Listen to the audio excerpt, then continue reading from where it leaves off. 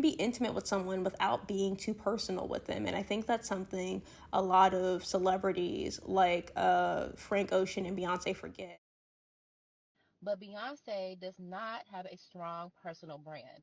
Yes, she is a celebrity, but she does not have a strong personal brand whatsoever. That's why any venture that she pursues outside of music, if you notice, it doesn't do that well. And the core reason behind that is Beyonce has, in a way, made her life so private and herself kind of unreachable that when she puts out a product, it's hard for us to connect to the product because we can't really connect to her as a human. We don't believe that she's using the things that she's selling us. The perfume, House of Deréon, even the collaboration with Adidas. You would think that it would go crazy the same way Yeezy did, but it just doesn't.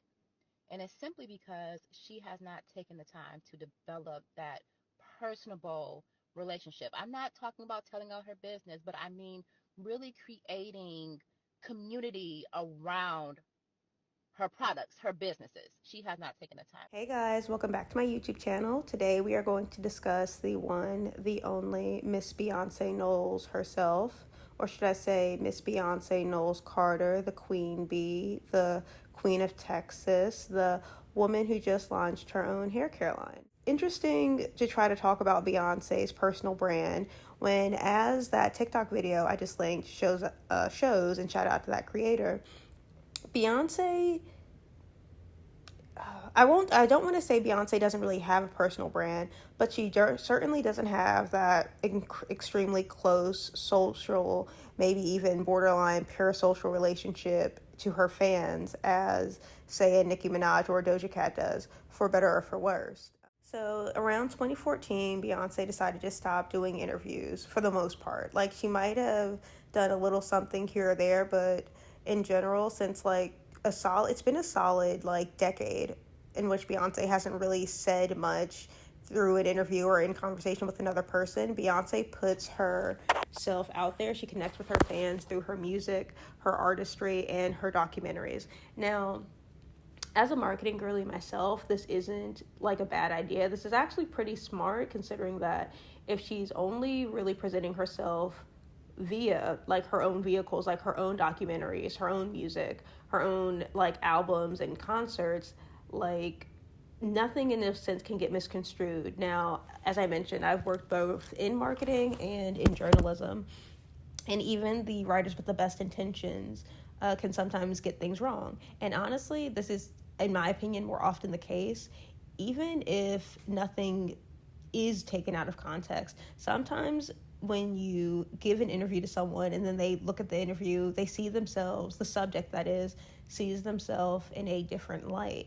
And not everyone likes that light. People are like, oh, wow, I really said that. Like, oh, I didn't really mean it that way.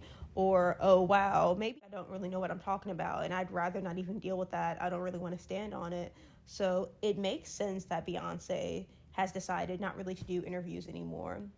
And to be honest, it hasn't really tarnished her credibility nor her like standing with her audience, because she's primarily known as a musician. She does music, and again, I'll say again, like with her music, she speaks to her audience. So Beyonce's feminism era, Beyonce's promoting her blackness with Lemonade, and with her tribute to Malcolm X. She connects through her audience, like the stage presence, the giveaways.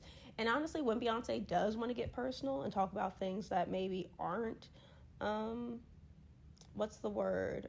They don't like put her in the best light, because honestly, there is no there's nothing, it doesn't really say anything bad about you if you got cheated on, but people will look at it that way, like, oh, she must have did something wrong. Someone like Nicki Minaj might make a joke like, ha, that like real ass couldn't keep your man at home or something. But at the same time, so she might want to tell her audience, like, yeah, I had some issues in my relationship, but she'll tell it in her way, on her terms, like, say, with her album, rather than like in a tell all interview or during an Instagram live like Cardi B. The benefit of that, of course, is that Beyonce gets to craft the narrative herself, and like doesn't say anything she doesn't mean to say, like off the cuff, and she doesn't, like, nothing can be taken really out of context.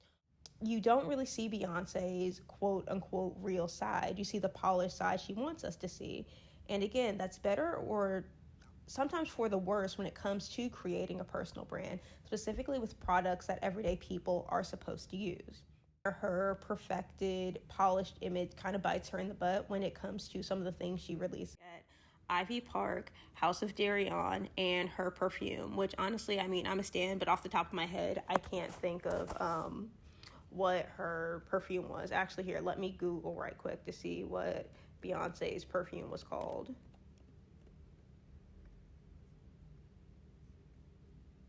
Say Noir. Okay, right. Say Noir. It's like that's basically. See, I'm sorry. It's like it's Beyonce, the biggest person in the world, and I couldn't even remember off the top of my head what her fragrance was. But anyway, let's get into it. Now, when it comes to House of Deréon, for example, this was, of course, I think in the 2010s. This was before influencer marketing really hit the way it does, where nowadays advertising agencies will spend millions. I mean, you've seen Tarte do this. You've seen Too Faced and Charlotte Tilbury. Before marketing companies and like brands themselves were spending like millions on influencers, Beyonce had her brand called House of Deréon. And even though she would promote it, she, I guess, would sometimes wear it. It really just didn't hit with the girls the same way, say, apple bottom jeans were hitting, or the same way Baby Fat was hitting from Kimora Lee Simmons. I would say it's because at its core, it seems like Beyonce herself wouldn't really wear the products that she's promoting. Now, let me take a more recent example to that, because I mean, House of Deréon was so long ago, a lot of us don't even remember it. And Beyonce isn't the only celebrity that would have a failed business. I mean, look at the first iteration of KKW Beauty. Look at Kylie Jenner's most recent swimwear line. Like, she's not immune to having a, I guess, faulty product, for lack of a better word. But I really think we can look at Ivy Park, I should say. I really think we can look at Ivy Park as a case of why it just, like, was not hitting. Like, why this... why Ivy Park seems like it's probably on its way out. I'd like to be proven wrong, but this is why. So to me, Ivy Park really just like did not hit. Look at some maybe celebrity, or I should say honestly influencer spaces that have come out with their own lines. You see Whitney Simmons has her own line, or rather a collaboration with GymShark. Sammy Clark just like started Form.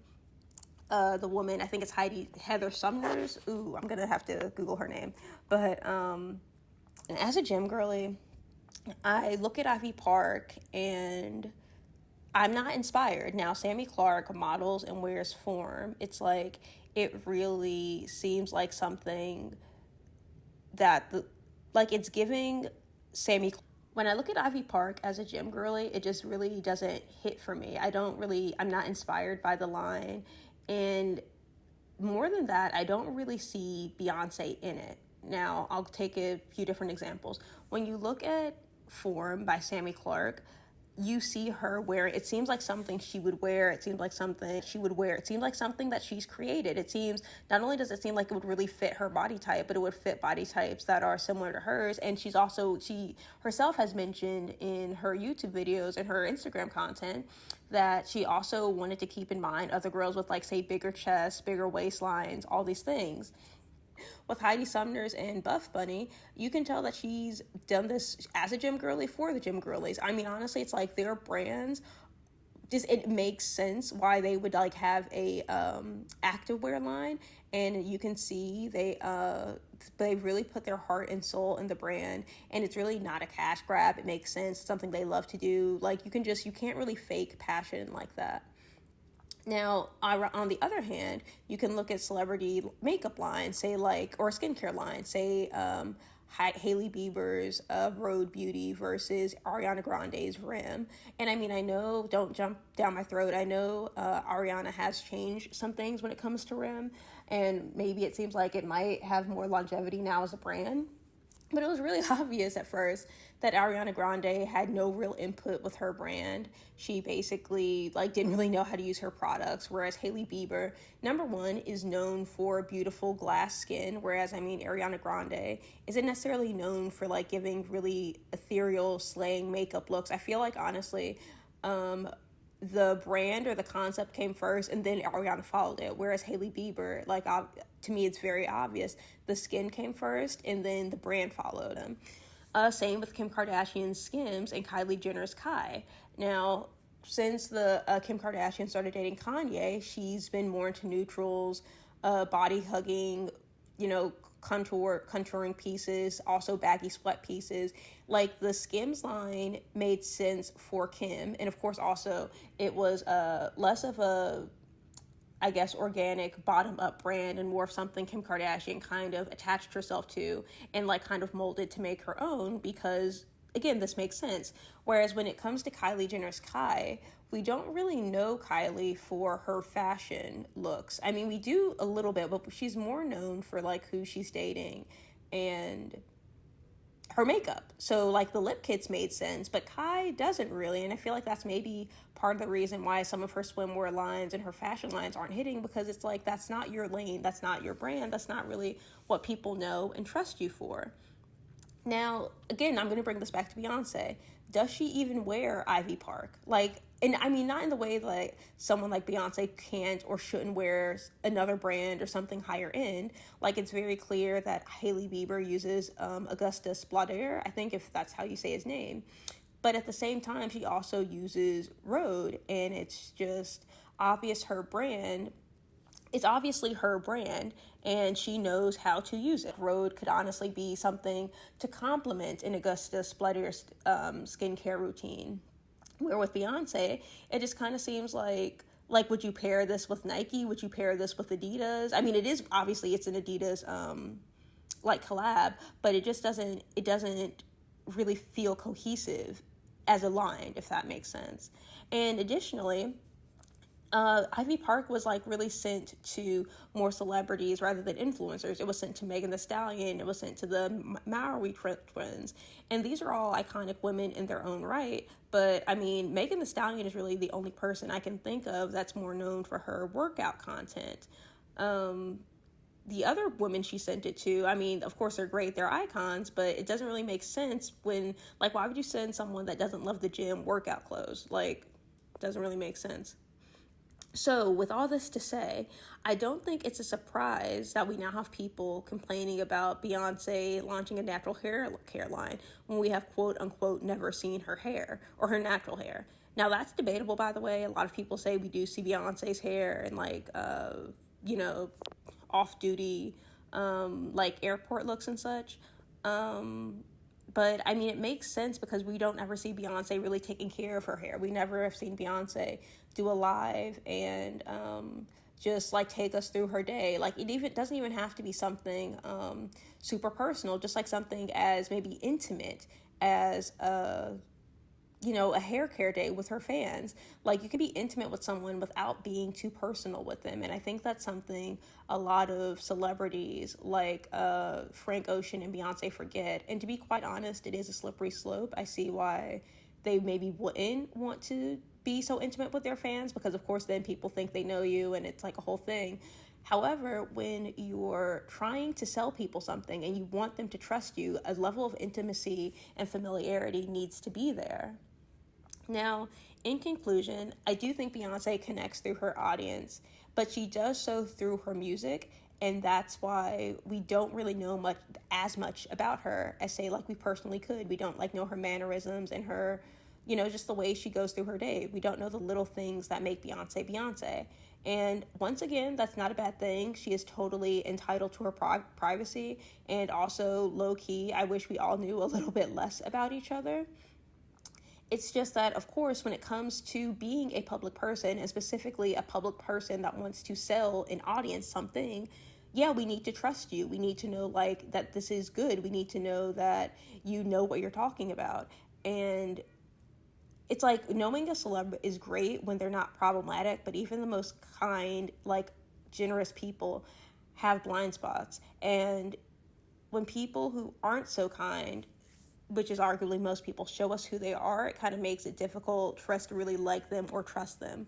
Like Kylie Jenner, basically, again, selling the lip kits, but no, obviously having like filler. Like, you could argue that that's the reason why some of her fashion doesn't really hit, because in a way, I think a lot of her core audience doesn't trust her anymore when it comes to her surgery and then her selling makeup.